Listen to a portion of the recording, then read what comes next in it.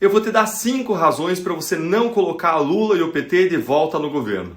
Primeira razão: a política do PT de combater os crimes de rua e violentos é um desastre. É uma política que trata bandidos como se fossem vítimas da sociedade e olha para os policiais com desconfiança, como se eles fossem criminosos, quando na sua imensa maioria são heróis que arriscam as suas vidas diariamente para nos proteger. Lula e Dilma, todo fim de ano, perdoavam grande parte das penas dos bandidos. Logo antes de sair do poder, por exemplo, Lula perdoou 2/3 da pena de assassinos que praticaram homicídio simples e foram condenados a 6 ou 7 anos de prisão. Ou seja, Lula perdoou 4 anos de quem tinha sido condenado a 6 anos por matar alguém. Poderia ter sido você ou seu filho. Dilma, por sua vez, perdoou até 83% da pena de corruptos no último ano do seu mandato, o que é inacreditável e é inaceitável. Um corrupto condenado a 6 anos só cumpriria 1 ano de pena. E até hoje o PT passa a mão na cabeça dos corruptos condenados do seu partido,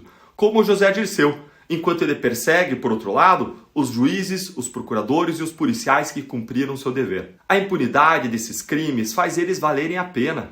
E quem paga o preço disso é a vítima, é a sociedade, é você, que paga o preço dos crimes com a sua vida. Segunda razão: a corrupção do PT causou danos imensos à sociedade. Não foi uma corrupção de milhares ou milhões, mas de bilhões que roubaram nossa saúde, educação, segurança, oportunidades e futuro. Para você entender a diferença, 1 milhão de segundos dá 12 dias e 1 bilhão de segundos dá 32 anos. No caso do PT, nós estamos falando de bilhões. Os prejuízos à Petrobras foram de até 42 bilhões. O BNDES investiu mais de 1 trilhão em empresas amigas, como a JBS, que depois estava sendo investigada por financiamentos fraudulentos num caso em que o Ministério Público pediu o ressarcimento de 21 bilhões de reais. No Ministério do Planejamento, o Ministério Público fez uma acusação por desvios de 100 milhões de reais, mesmo valor, aliás, da corrupção do PT lá do Mensalão. Na Operação Greenfield, o Ministério Público apontou um rombo de 54 bilhões de reais dos fundos de aposentadoria dos Correios, da Caixa, do Banco do Brasil e da Petrobras, prejudicando a vida e a aposentadoria de milhares de idosos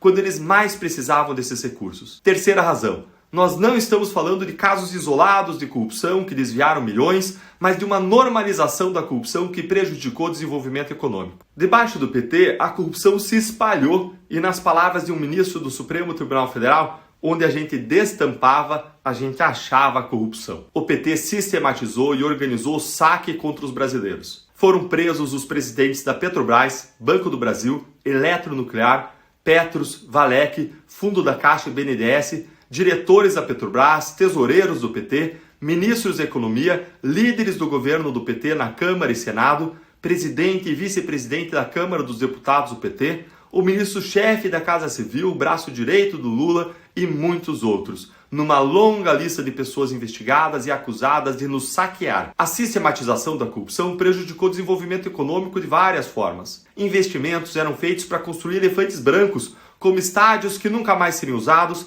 refinarias que nunca se pagariam e até um navio que não tinha o que fazer e ficou parado em alto mar ao custo de $500 mil por dia. Além disso, como as empresas que pagavam propinas eram beneficiadas com os imensos contratos e empréstimos baratos, passou a valer mais a pena investir em departamentos de pagamento de propinas do que investir nessas empresas em inovação tecnológica e operacional. A política do PT de corrupção e de campeões nacionais das suas empresas amigas sufocou a livre concorrência, sufocou o empreendedorismo e também o desenvolvimento em setores econômicos muito importantes. Quarta razão: o PT praticou o maior ataque consumado à democracia desde a redemocratização. Isso aconteceu de 2 formas. Primeiro, o PT cooptou o poder legislativo, pagando subornos para os deputados e para os senadores, violando a separação de poderes. O governo, assim, garantia que os parlamentares votassem como o governo queria e não como os parlamentares entendessem que era melhor para o Brasil. Em segundo lugar, as investigações comprovaram que o PT reinvestia nas campanhas eleitorais grande parte do dinheiro roubado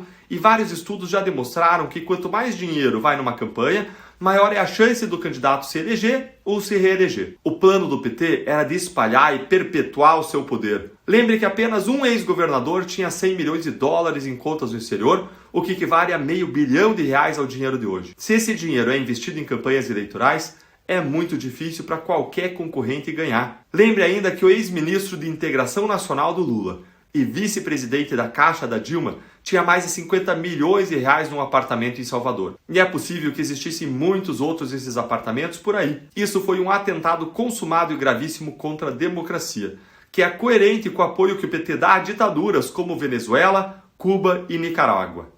O PT e Lula não são amigos da democracia. Quinta razão: o PT foi um desastre para a economia.